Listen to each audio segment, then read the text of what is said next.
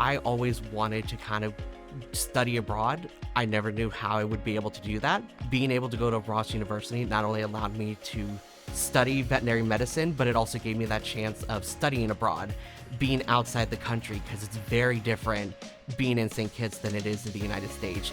But it was an experience that I'll be able to treasure the rest of my life. I was a member of the St. Kitts Sea Turtle Monitoring Network, and every Sunday I would go out and swim early in the morning with the team and free dive and catch sea turtles for like biometric data collection, collecting blood samples, stuff like that. That was probably the most amazing opportunity I had on island and in my life. I found out about Ross.